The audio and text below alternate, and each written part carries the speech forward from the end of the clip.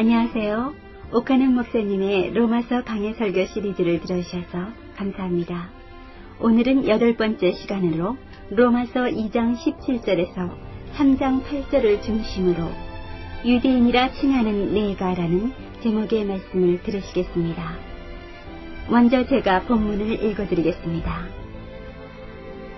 유대인이라 칭하는 내가 율법을 의지하며 하나님을 자랑하며 율법의 교훈을 받아 하나님의 뜻을 알고 지극히 선한 것을 좋게 여기며 내가 율법에 있는 지식과 진리의 규모를 가진 자로서 소경의 길을 인도하는 자요 어두움에 있는 자의 빛이요 어리석은 자의 훈도요 어린아이의 선생이라고 스스로 믿으니 그러면 다른 사람을 가르치는 내가 내 자신을 가르치지 아니하느냐. 도적질 말라 반포하는 내가 도적질 하느냐. 간음하지 말라 말하는 내가 간음하느냐. 우상을 가증히 여기는 내가 신사 물건을 도적질 하느냐. 율법을 자랑하는 내가 율법을 범함으로 하나님을 욕되게 하느냐. 기록된 바와 같이 하나님의 이름이 너희로 인하여 이방인 중에서 모독을 받는도다. 내가 율법을 행한즉 할례가 유익하나 만일 율법을 범한즉 내 할례가 무할례가 되었느니라. 그런즉 무할례자가 율법의 제도를 지키면 그 무할례를 할례와 같이 여길 것이 아니냐. 또한 본래 무할례자가 율법을 온전히 지키면 의문과 할례를 가지고 율법을 범하는 너를 판단치 아니하겠느냐. 대저 표면적 유대인이 아니요 표면적 육신의 할례가 할례가 아니라 오직 이면적 유대인이 유대인이며 할례는 마음에 할지니 신령에 있고 의문에 있지 아니한 것이라. 그 칭찬이 사람에게서가 아니요 다만 하나님에게서니라.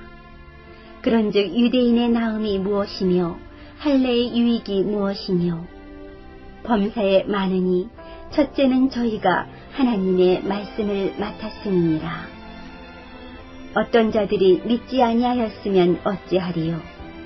그 믿지 아니함이 하나님의 미쁘심을 패하겠느뇨. 그럴 수 없느니라. 사람은 다 거짓되되 오직 하나님은 참되시다 할지어다.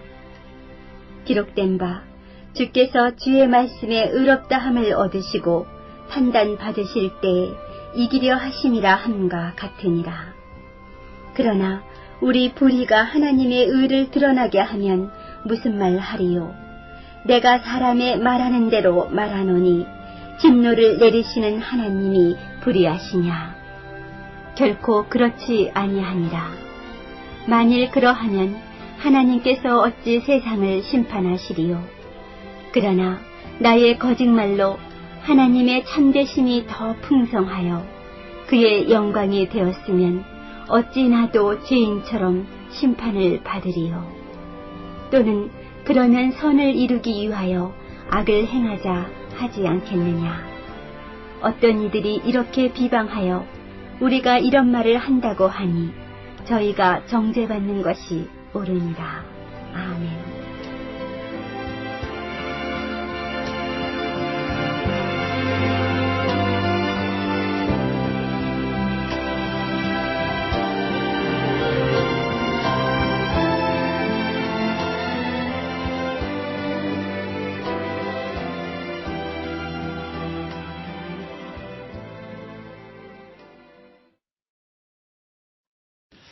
우리가 계속해서 살피고 있는 로마서 1장, 2장의 흐름을 다시 한번 명확하게 할 필요가 있습니다.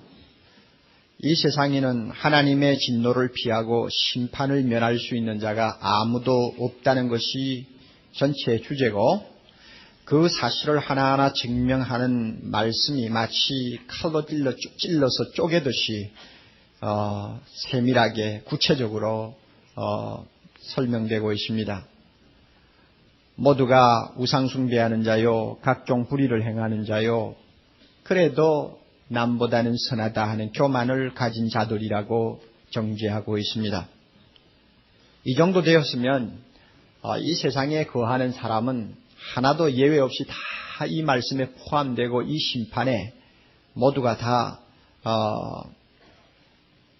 해당된다고 말할 수가 있겠는데, 놀랍게도 아직도 여기에 수긍하지 아니하는 한 그룹의 사람이 남아 있습니다. 세상이 다 하나님 앞에 죄인이 돼도 나만은 괜찮겠지 하는 은근한 생각을 가지고 있는 부류의 사람인데, 그들이 누구인가 하면은 유대인입니다. 유대인이라고 하는 말은 이스라엘 백성들이 바벨론의 포로로 잡혀가서 한 7, 80년 고생하고 돌아온 다음부터 그 이스라엘 백성들을 호칭하는 이름으로 통일이 된 말입니다. 칭찬이라는 의미도 있고 찬송이라는 의미를 가지고 있는 매우 아름다운 이름입니다. 사실 이 이름 못지않게 유대인은 세계에서 가장 자랑스러운 혈통을 가졌다고도 할 수 있습니다. 그들이 너무 자기들을 자랑스럽게 여긴 나머지 유대인의 혈통을 타고나지 아니한 모든 세상 사람을 일컬어서 지옥불의 땔감이라고 말을 했습니다. 그만큼 그들은 위대하다 그겁니다. 막 그렇게 말을 하고 그렇게 빙정돼도 뭐 크게 잘못이 없을 것 같아요. 왜냐하면 우리가 구약 성경을 보면 하나님이 많은 민족 가운데서 유일하게 별로 잘난 것도 없는 이스라엘을 선택하셨어요. 그리고 그들에게 예수 그리스도를 메시아로 보내주시겠다고 약속했어요. 그 메시아를 통해서 온 세계가 복을 받도록 하시겠다고 했습니다. 얼마나 대단합니까? 이 정도의 보장을 받은, 또 이 정도로 하나님의 눈에 든 백성이면 그만큼 긍지와 자부심을 가져도 괜찮겠죠. 그러다가 보니까 이 긍지와 자부심이 그만 빗나가서 어디까지 생각하게 되었는가 하면 세상 사람들이 다 멸망을 받아도 우리는 구원받는다 하는 데까지 이루게 된 것입니다. 그런데 오늘 본문을 보니까 과연 유대인의 생각이 옳으냐? 틀렸다고 말입니다. 하나님이 아니라고 하거든요. 오히려 이방인보다도 더 고약한 죄를 가지고 있는 사람들이 유대인이라고 오늘 이 본문이 지적하고 있습니다. 그래서 이 본문을 통해서 우리가 좀 유대인의 죄가 무엇이며 왜 그들이 구원받을 수 없었는가 하는 문제를 좀 구체적으로 검토할 수 있기를 바랍니다. 17절부터 24절까지 우선 보겠는데요.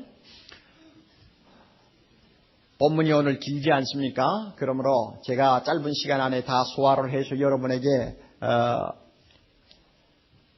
어렵지 않게 알아들을 수 있도록 전달할지는 모르겠습니다. 여러분이 마음으로 기도해 주시면서 성경을 보세요. 저를 쳐다보면 오늘 꼴불견이니까 저 쳐다보지 마시고 성경을 보세요. 성경을 보시고 하나하나 보시면서 확인을 하시는 것이 좋습니다.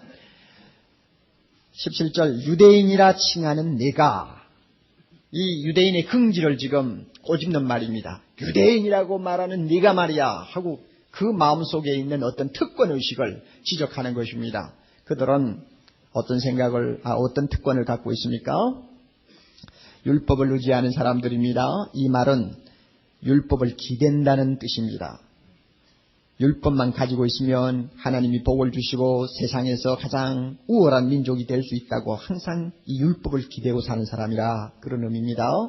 그리고 하나님을 자랑하며 이 하나님이라는 신은 오직 유대인의 신이라고 그들은 자부했고 세상의 어느 민족도 이 하나님을 자기 신으로 모시고 있지 못하다고 그는 자신했습니다. 그래서 얼마나 이 하나님을 자랑했는지 몰라요. 유대인이 머리에 빵모자 쓰고 다니는 거 보신 일 있나요? 한 20cm 직경되는 크기의 빵모자인데 그들은 그 빵모자를 머리에 얹어가지고 다닙니다. 회당에 들어가서 예배 볼 때도 그렇게 하고 심지어 전쟁에 나갈 때도 철모 밑에다 그 빵모자를 얹어가 나갑니다. 그러면 그게 뭐냐? 하나님이 내 신이다. 그것을 증거하는 것입니다. 여호와 하나님이 나의 신이다. 아니, 이게 자랑스러워서 그걸 갖다 얹어놓고 다녀요. 그만큼 하나님에 대해서 굉장히 자부심을 갖고 있는 민족입니다. 18절 율법의 교훈을 받아 하나님의 뜻을 알고, 유대인들은 율법을 어려서부터 배웁니다. 율법을 요약해서 말하면 십계명이라고 할 수 있겠죠. 어려서부터 외워야 합니다.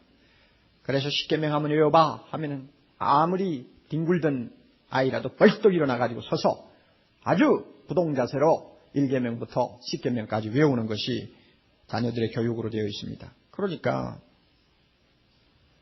하나님의 말씀을 배우고 정통했다는 뜻이죠. 그래서 하나님의 뜻을 분별합니다. 그 다음에 지극히 선한 것을 좋게 여기고 무엇이 선한가를 분별할 수 있는 식견을 가졌다는 말입니다.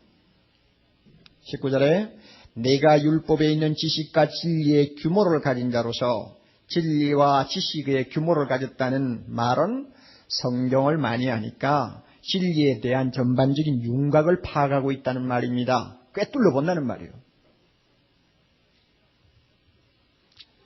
자, 이 정도면 얼마나 대단한 사람들입니까? 세계 다른 민족이 누리지 못하는 특권을 그들이 누린 것입니다. 하나님이 유대인에게만 율법 주셨고 유대인만 그 율법을 배울 수 있고 그 율법을 간직할 수 있는 특권을 주셨어요. 그래서 이것이 아주 대단한 것이라고 3장 2절에 말합니다. 여러분 3장 1, 2절 보세요. 그런즉 유대인의 나음이 무엇이냐? 이 유대인에게 뭐 특별히 우월한 점이 있다면 뭐냐? 하고 물으니까 2절에 여러 가지 많이 있는데 첫째로 꼽으라면은 저희가 하나님의 말씀을 맡아가 있기 때문이다 그랬습니다. 이 말씀이라는 단어는 원래 십계명으로 쓰이는 용어입니다. 그들이 하나님의 율법을 갖고 있다는 것이 그들에게는 굉장한 유익이라는 말이요. 이만큼 특권입니다. 신명기 4장 6절 보면 이스라엘 백성들이 율법을 소유하고 있다는 이것 때문에 열국 앞에서 율법이 유대인의 지혜가 되고 지식이 된다고 말했습니다. 그리고 세계의 모든 나라가 유대민족을 볼 때마다 저 민족은 지혜가 있는 민족이요 지식이 있는 민족이라고 칭찬하고 존경할 것이라고 예언을 하고 있습니다. 이만큼 그들은 율법으로 인해서 하나님 앞에 받은 은혜가 컸던 것입니다. 이렇게 은혜가 크니까 자연적으로 무슨 생각을 하게 되었습니까? 우리 유대인은 율법을 갖지 못한 모든 이방인들을 가르치는 스승이다 하고 스스로 자처하게 되었습니다. 그 말이 이제 19절 마지막 부분부터 나옵니다. 소경의 길을 인도하는 자요 어두움에 있는 자의 빛이요 어리석은 자의 훈도요 어린아이의 선생이라고 스스로 자처하니 스스로 믿으니 유대인들은 자기들이 선생이라고 생각해서 전 세계 사람을 가르쳐야 된다고 생각했습니다. 여기서 소경, 어두움에 있는 자, 어리석은 자, 어린아이 이것은 다 동일한 의미를 갖습니다. 무엇을 말하느냐? 율법을 갖지 못한 무식한 이방 사람들을 깔보면서 하는 말입니다. 이렇게 하나님의 율법을 갖지 못한 모든 사람 앞에 우리는 율법을 가진 유일한 민족으로 축복을 받았으니 이 율법을 가르쳐야 된다. 그래 스스로 선생인 것처럼 자처하고 믿었습니다.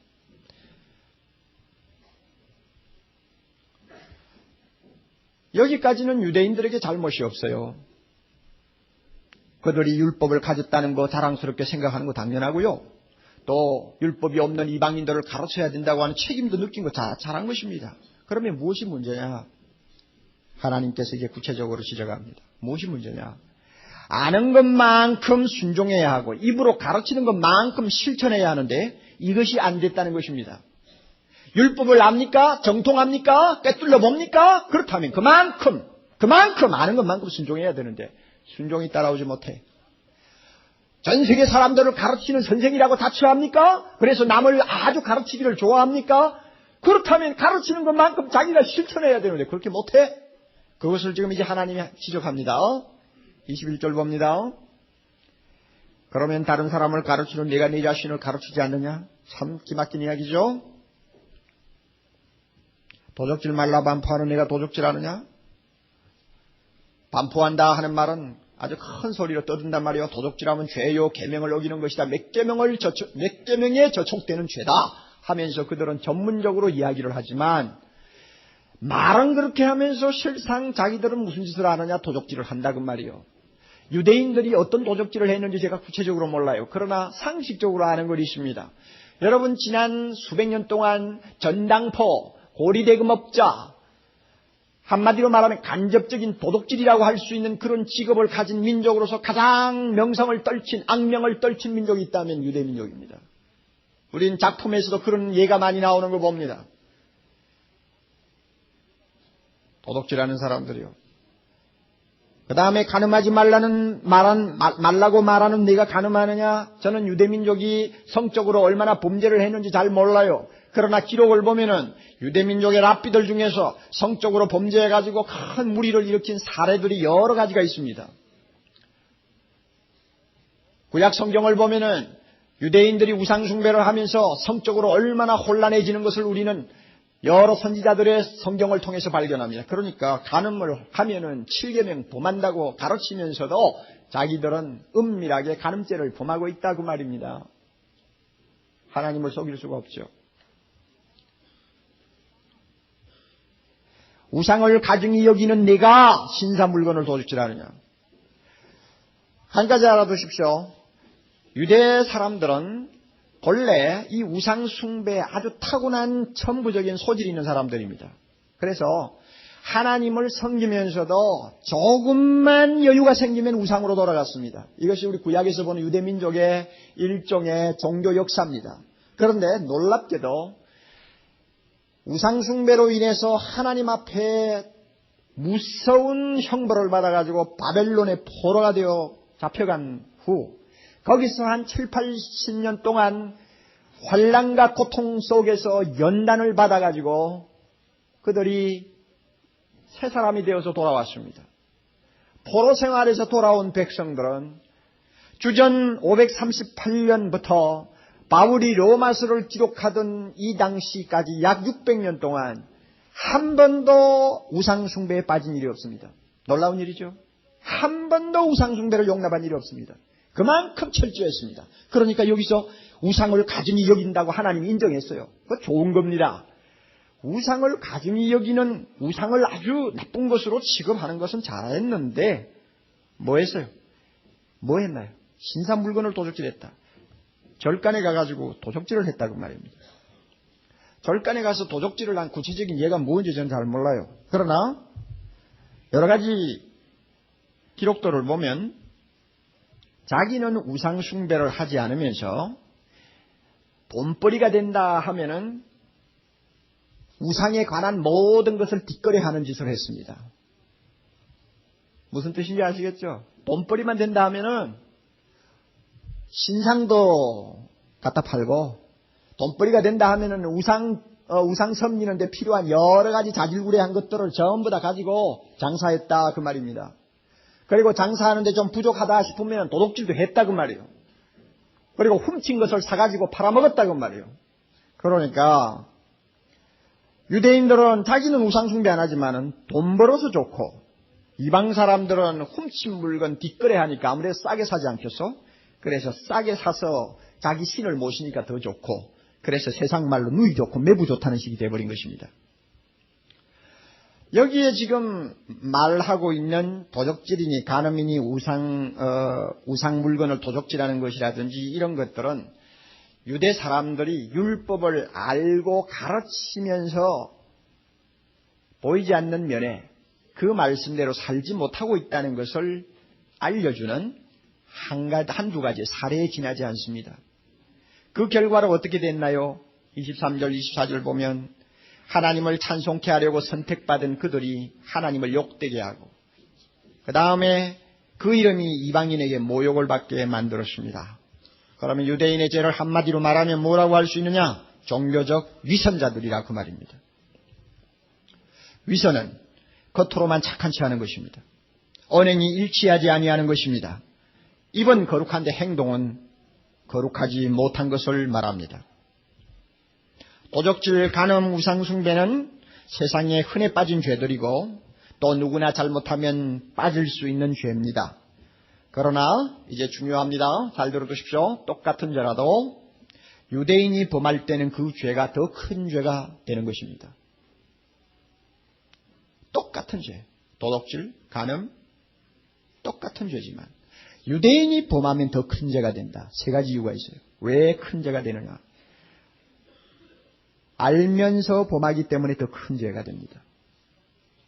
이런 의미에서 이방인의 죄보다도 유대인의 죄가 더 크고 세리와 창기의 죄보다는 바리새인의 죄가 더 크고 불신자의 죄보다도 신자의 죄가 더 큰 것입니다. 알면서 지으니까.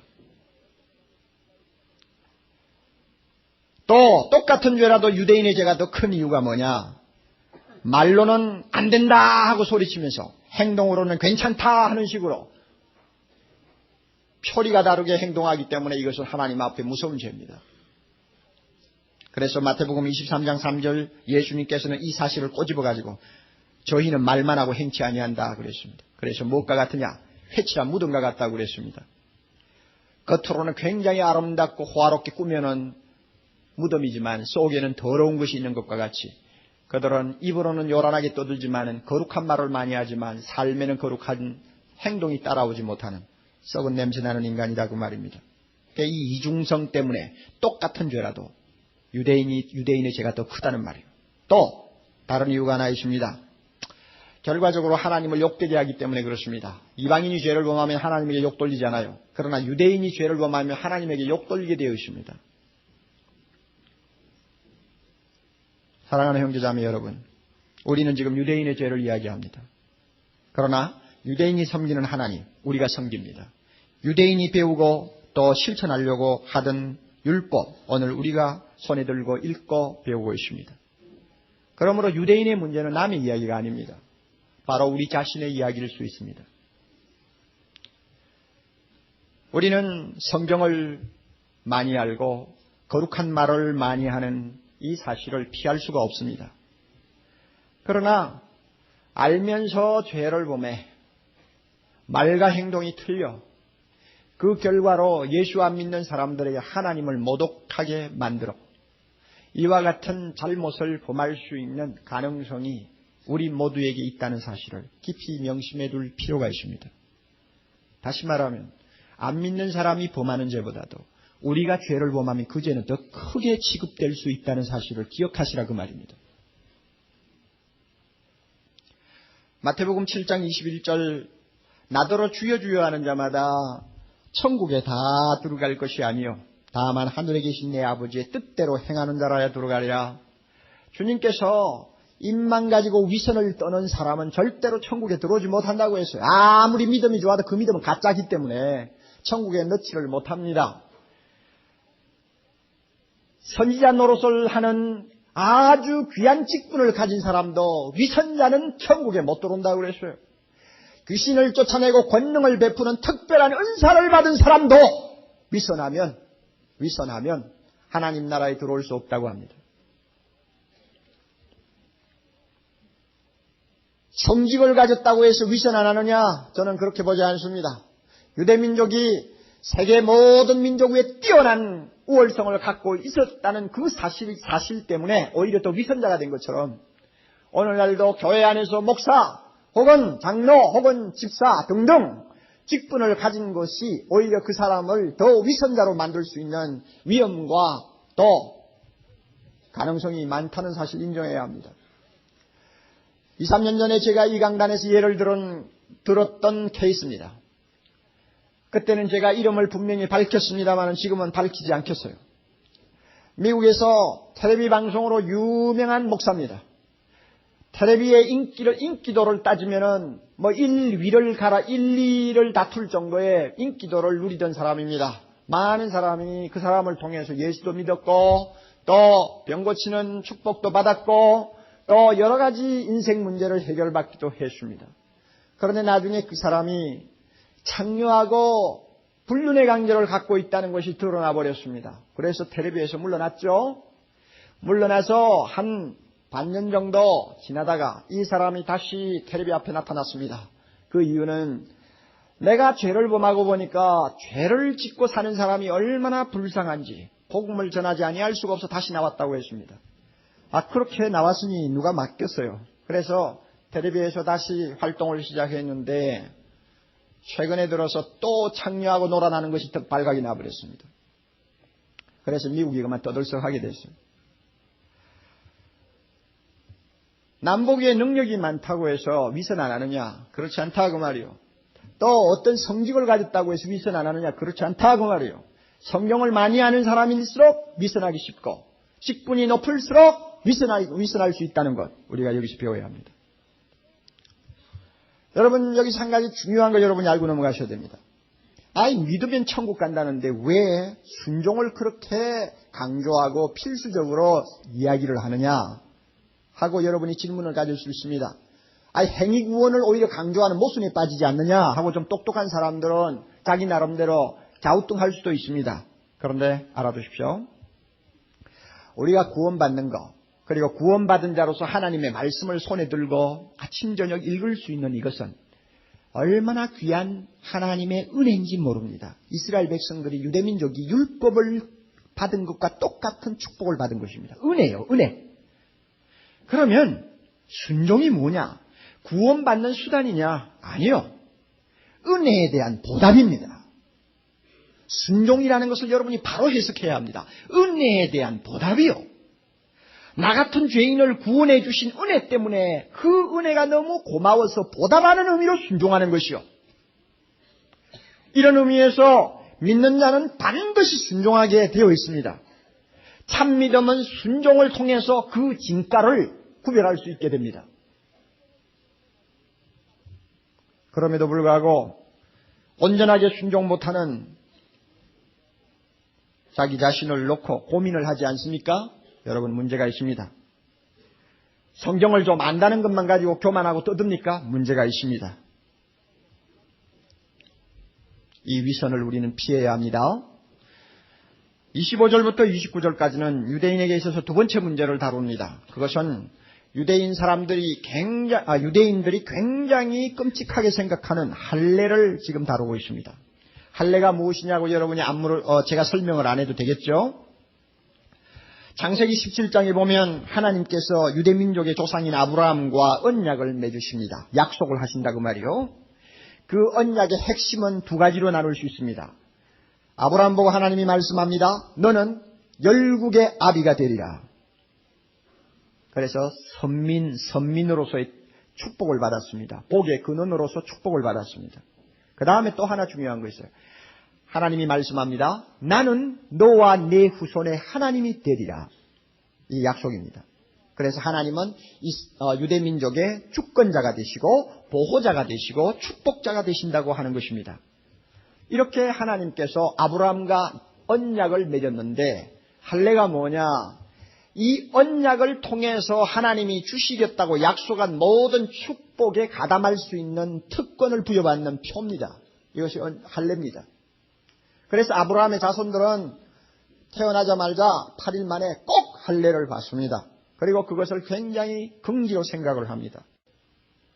언약에 들어있는 약속받을 권리를 인정받았다는 점에서 굉장히 자랑스럽게 여깁니다.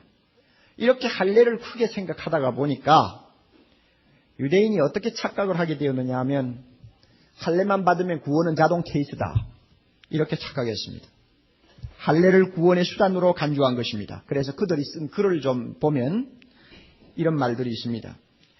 유대인은 하나님 앞에서 개인 자격으로 심판을 받을 수 없다.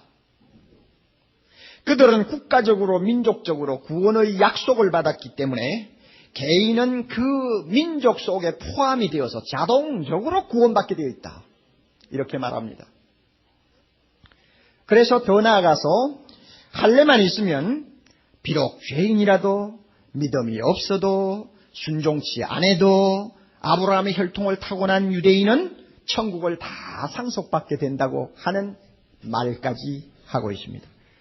그러니까 얼마나 기막힙니까? 여러분, 이 할례에 대한 유대인의 잘못이 무엇입니까? 종교적 형식주의에 빠졌다는 것입니다. 형식주의. 할례라는 형식만 거치면은 구원 문제가 자동적으로 따라 들어온다고 여겼으니까 그것은 형식주의죠. 여러분 25절부터 29절을 제가 간단하게 요약합니다. 세 가지로 요약할 수 있는데 첫째는 순종 없는 할례는 무효다 하는 것입니다. 하나님은 너희들 아무리 할례 받고 또 할례 받은 백성이라고 자랑스럽게 여기지만 순종이 따라오지 아니하면 그 할례라는 형식은 무효다. 아무리 할례를 100개를 받아도 하나님 나라에 들어올 수 없다고 하는 것입니다. 이것이 25절입니다. 내가 율법을 행한 적 할례가 유익하나 만일 율법을 범한 적 내 할례가 무할례가 되느니라. 무효가 된다 그 말이요. 유대나라 사람들이 그걸 몰랐어요. 두 번째로는 할례 없는 순종이 유효하다 하는 것을 가르칩니다. 차라리 할례 받지 않는 사람이라도 하나님의 법을 순종하고 하나님의 율법을 실천하면 오히려 그 사람이 할례 받은 사람보다 훨씬 낫다 하는 이야기입니다. 그래서 26절에 무할례자가 할례 받지 못한 자가 율법의 제도를 지키면 그 무할례를 할례와 같이 여길 것이 아니냐. 할례 받지 못한 사람이라 율법 지키면 할례 받은 자로 인정받을 수 있다는 말입니다.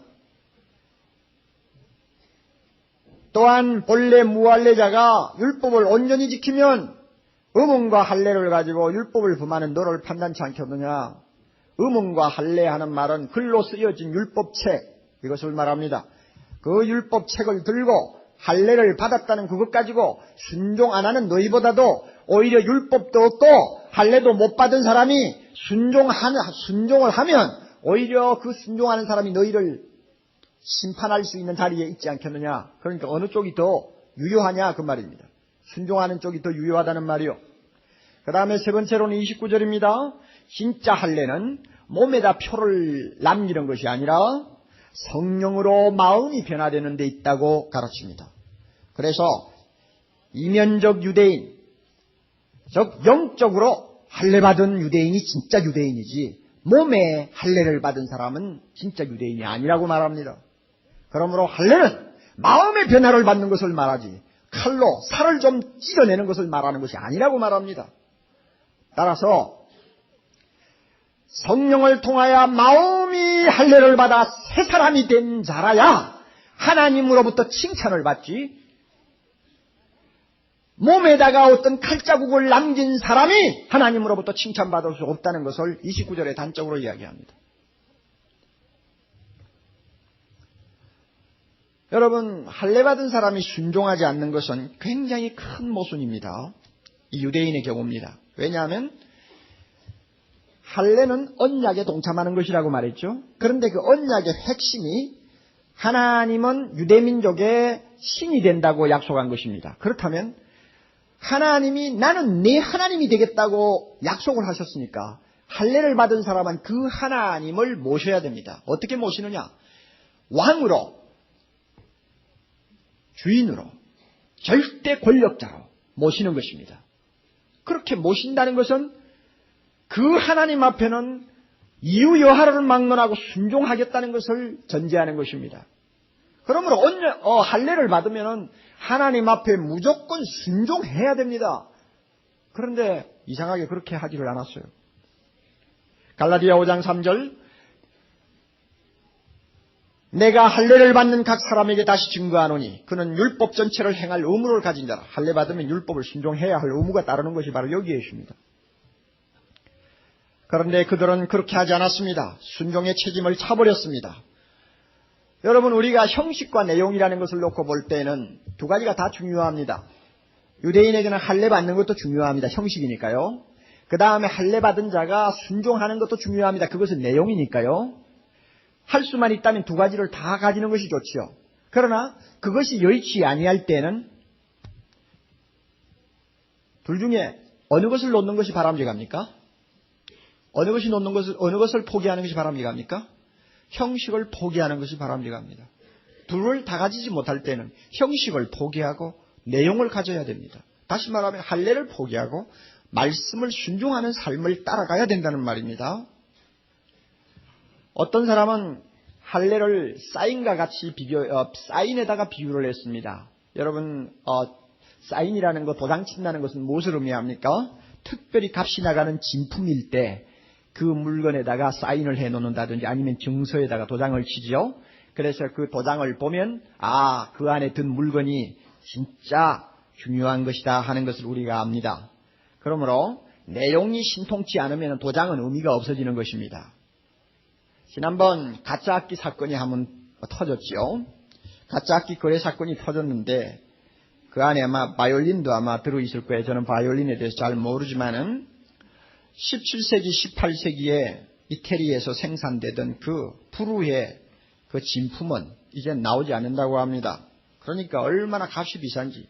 세계에 그저 몇 개 정도가 돌아다닐 정도니까 얼마나 비싸겠어요.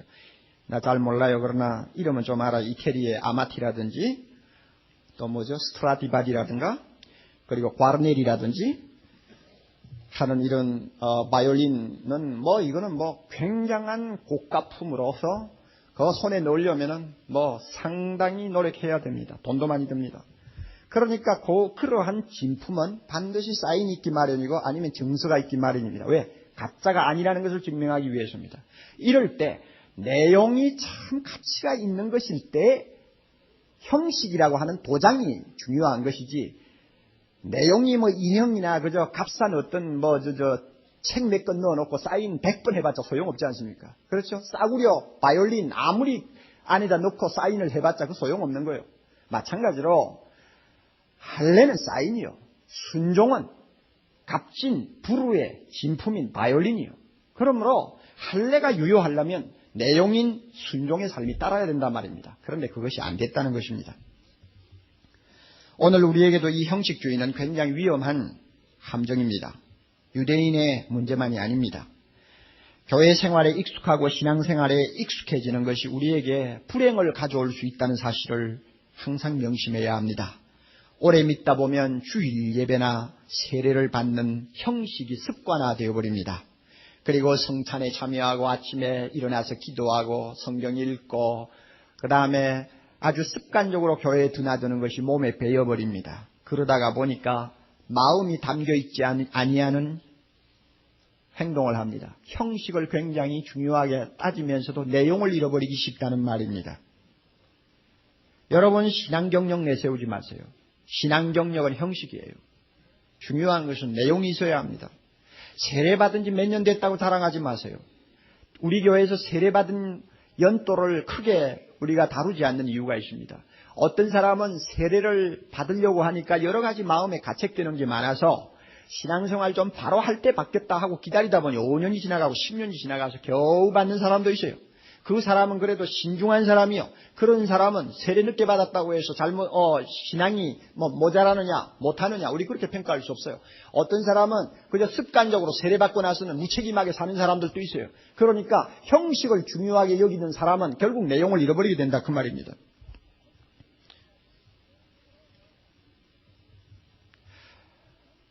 유대인처럼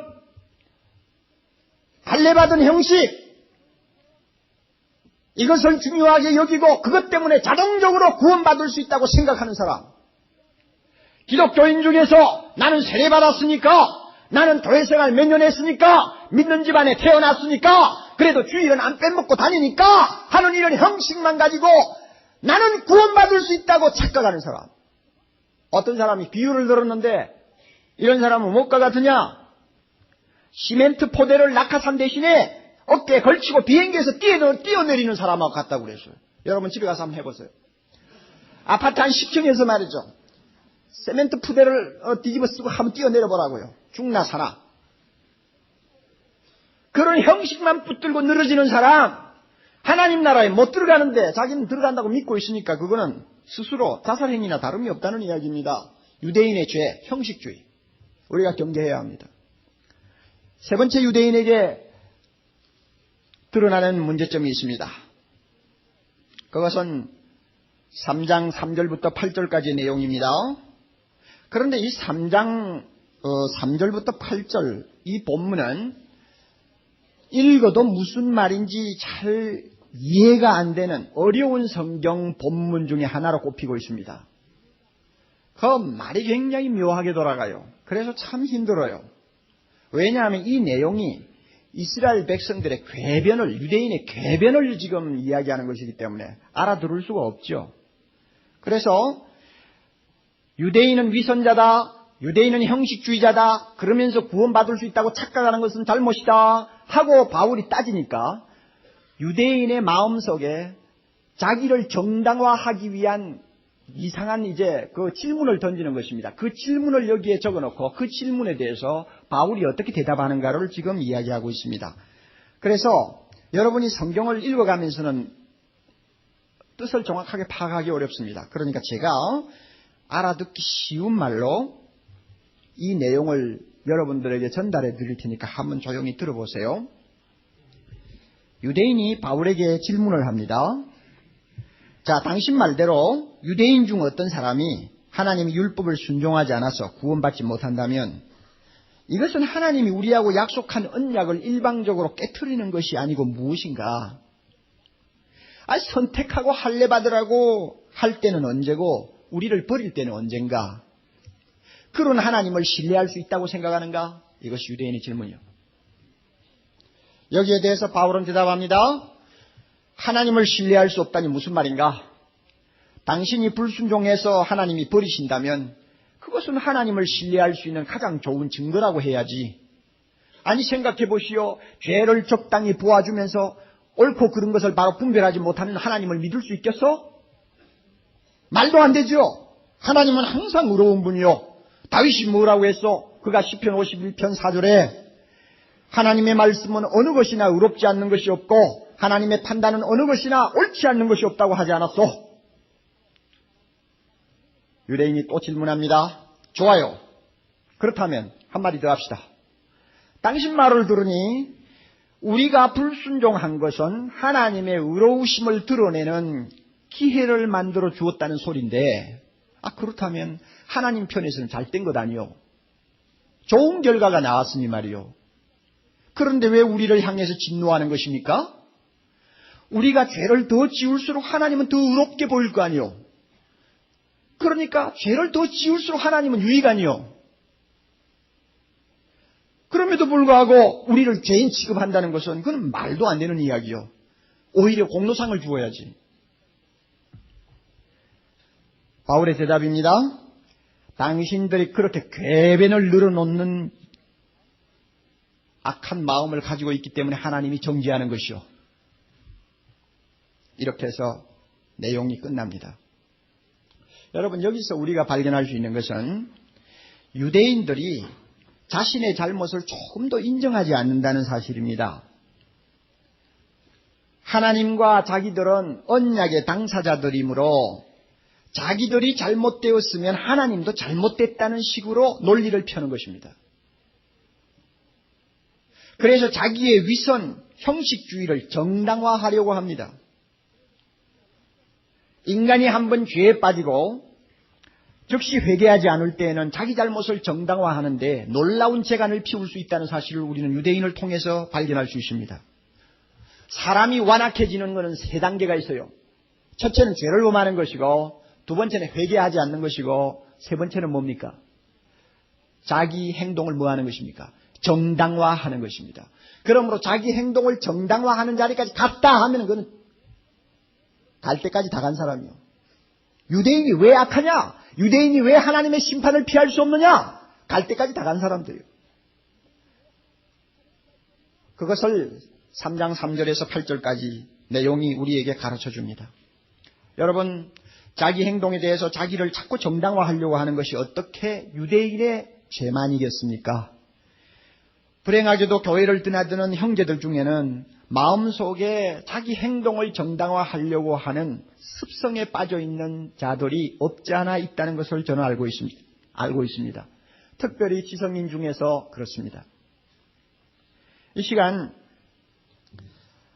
여러분에게 좋은 기회를 하나 드리겠습니다. 나도 유대인처럼 나 자신의 행동을 정당화하려고 하는 습관을 갖고 있지 않느냐.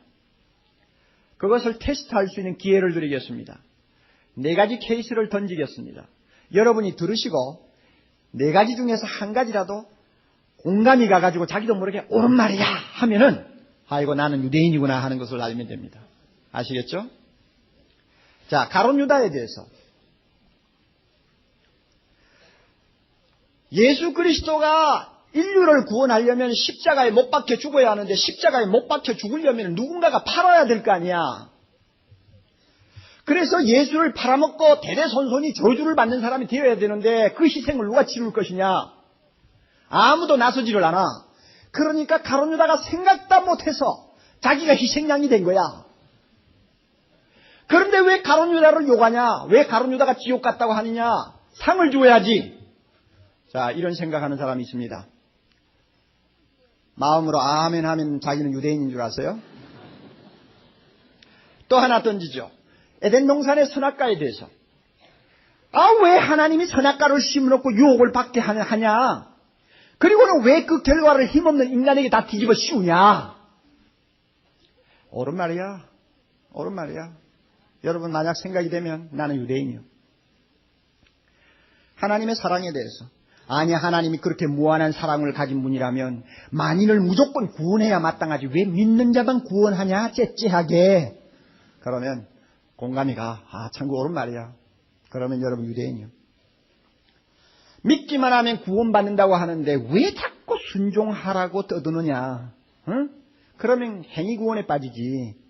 이렇게 악한 세상에서 어떻게 성경대로 살 수 있어? 하고 마음속에 자기 변호를 하는 생각이 고개를 들면 나도 유대인의 근성이 있구나 하는 것을 여러분이 아셔야 됩니다. 이 가운데 한 사람도 없기를 바랍니다. 웃는 거 보니까 있기는 있는 모양인데. 여러분 성령으로 마음의 할례를 받은 참 신자는 하나님 앞에서 자기 변호를 하지 않습니다. 자기 정당화 절대 하지 않습니다. 서로 억울하고 고통스러운 일을 당해도 하나님은 옳습니다. 잘못된 쪽은 나지 하나님이 아닙니다. 어느 경우도 하나님이 옳은 거지 내가 옳은 것이 아닙니다 하고 겸손하게 무릎을 꿇을 수 있습니다. 이게 마음의 할례를 받은 이면적 유대인입니다. 그러나 겉으로만 할례 받은 사람은 고개를 쳐들고 내가 잘못되면 너도 잘못됐지 하는 식으로 따지고 들어옵니다. 여러분 우리는 유대인의 죄 세 가지를 언급했습니다. 하나님이 왜 유대인의 죄를 날카롭게 경고하시고 책망하시는가? 그 이유가 무엇인가? 그들이 하나님 앞에서 죄인이라고 인정을 하지 않기 때문입니다. 그뿐 아니라 죄인을 구하기 위하여 하나님이 보내신 메시아를 배척하고 영접하지 않았기 때문입니다. 오늘 우리 가운데서도 아직도 위선을 하며 형식은 차리고 또 무엇이든지 자기 정당화를 하면서 하나님 앞에 자신이 죄인이라는 것을 진지하게 눈물을 흘리고 고백하기를 꺼려하는 형제가 있다면 이 시간 하나님께서 그에게 은혜 주시기를 바랍니다. 주여 나는 죄인이로소이다 하고 유대인의 죄가 바로 나의 죄입니다 하고 고백하는 시간 되기를 바랍니다. 그러나 우리들 중 대부분은 유대인이 아니라고 저는 믿습니다. 왜냐하면 우리는 성령으로 이미 거듭나서 마음의 할례를 받은 하나님의 자녀입니다. 믿습니까? 우리는 이미 예수 그리스도를 우리의 구주로 영접한 사람들입니다. 유대인처럼 예수를 배척하지 않았습니다. 예수를 영접했기 때문에 이 자리에 나와 앉아 있습니다. 예배를 드리는 것입니다. 또한 우리는 비록 온전하게 실천은 하지 못한다 할지라도 하나님의 말씀을 배우고 아는 것만큼 살아보려고 몸부림치고 노력하는 사람이라는 것을 우리는 양심적으로 알고 있습니다. 믿습니까 여러분? 온전하게 순종하지 못하는 고통이 우리에게 있습니다. 그래서 어떤 때는 위선도 합니다. 어떤 때는 형식주의자로 행세를 합니다.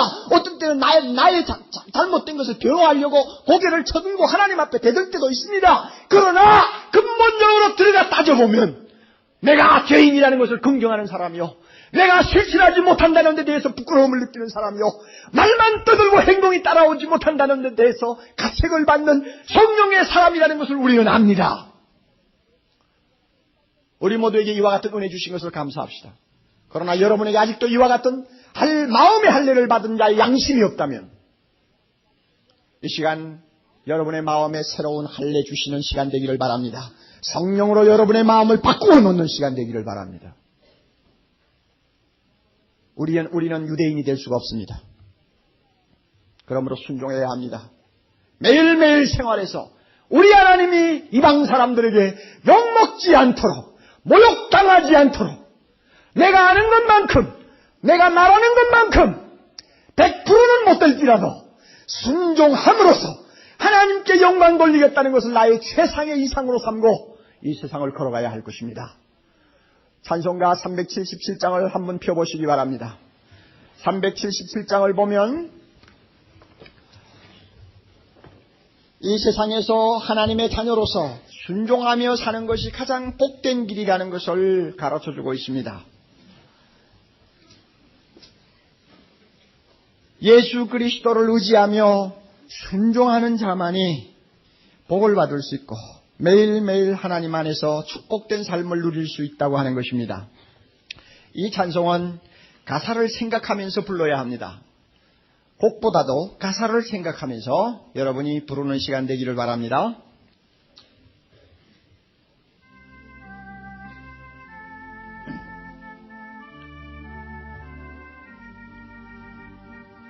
이렇게 복된 길을 두고 우리가 자꾸 거역하면서 살면 안 됩니다. 기도하는 마음으로 불러요. 예수 따라가며 순종하며 우리 행할 길 바라겠네. 우리 의지하며 순종하는 자를 주가 늘 함께 하시리라. 아멘. 의지하고 순종하는 길로 예수 안에 즐거워 복된 길을 떠나 해를 하나더라. 우리 고생할 때 주가 끝없이 하시겠네. 주를 의지하며 순종하는 자를 주가 안위해 주시리라. 아멘. 의지하고 순종하는 길은 예수 안에 즐겁고 복된 길을 떠나 나의 짐을 지고 슬픔으로 하며 주가 상급을 주시겠네. 주를 의지하며 순종하는 자를 항상 축복해 주시리라. 아멘. 의지하고 순종하는 길을 예수 안에 즐겁고 복된 길이로다. 우리 하는 것을 주께 나누리며 크신 사랑을 깨닫게 되었으나 주를 의지하며 순종하는 자를 은혜 풍성케 하시리라. 의지하고 순종하는 길을 예수 안에 즐겁고 복된 길을 아멘. 주의 힘을 위하여 말씀 살배우러 주를 모시고 살아가세. 주를 의지하며 항상 순종하며 주가 사랑해 주시리라. 그렇습니다. 의지하고 순종하는 길은 예수 안에 즐겁고 복된 길이로다. 주의 힘을 위하여 말씀 잘 배우고 주를 모시고 살아가세. 주를 의지하며 항상 순종하며 주가 사랑해 주시리라. 할렐루야. 의지하고 순종하는 길은 예수 안에 즐겁고 복된 길이로. 오전다시 주의 힘을 위하여 말씀 잘 배우고 주를 모시고 살아가세. 주를 의지하며 항상 순종하며 주가 사랑해 주시리라. 아멘. 의지하고 순종하는 길로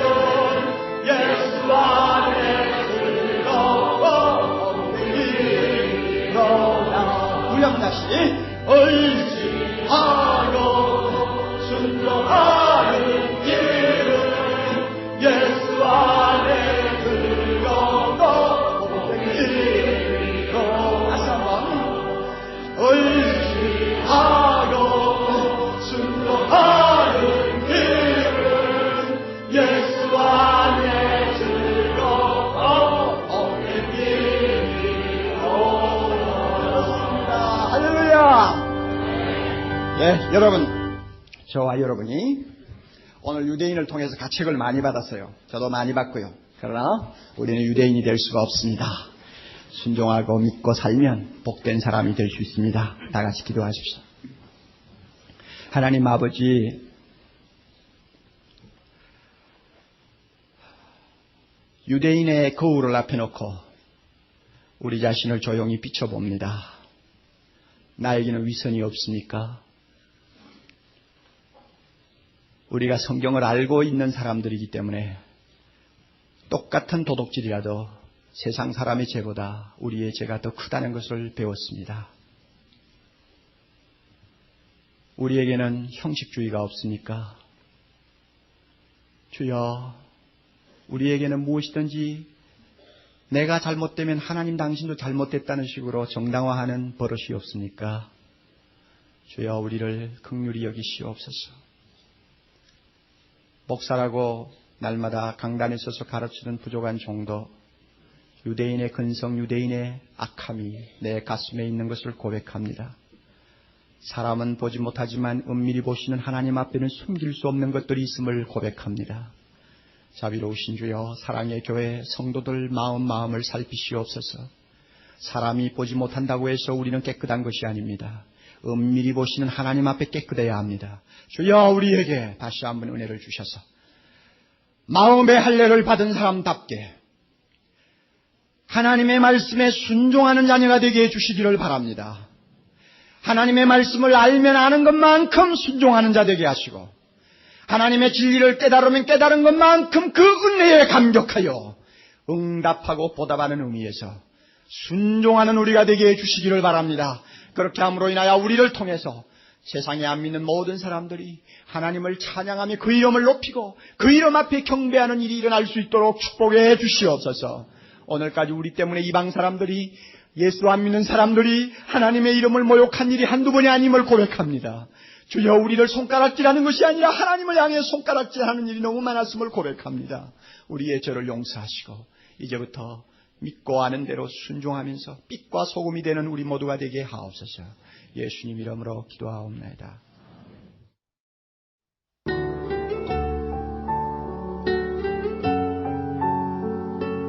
생명의 샘은 출판과 테이프, 영상, 인터넷 등의 가능한 모든 매체를 통해 생수와 같은 은혜의 말씀을 나누는 사랑의 교회 미디어 선교사역입니다. 이 테이프를 들으시고 하나님의 말씀에 대해 더 깊이 알기를 원하시는 분은 생명의 샘으로 연락해 주시면 여러분을 성심껏 도와드리도록 하겠습니다. 감사합니다.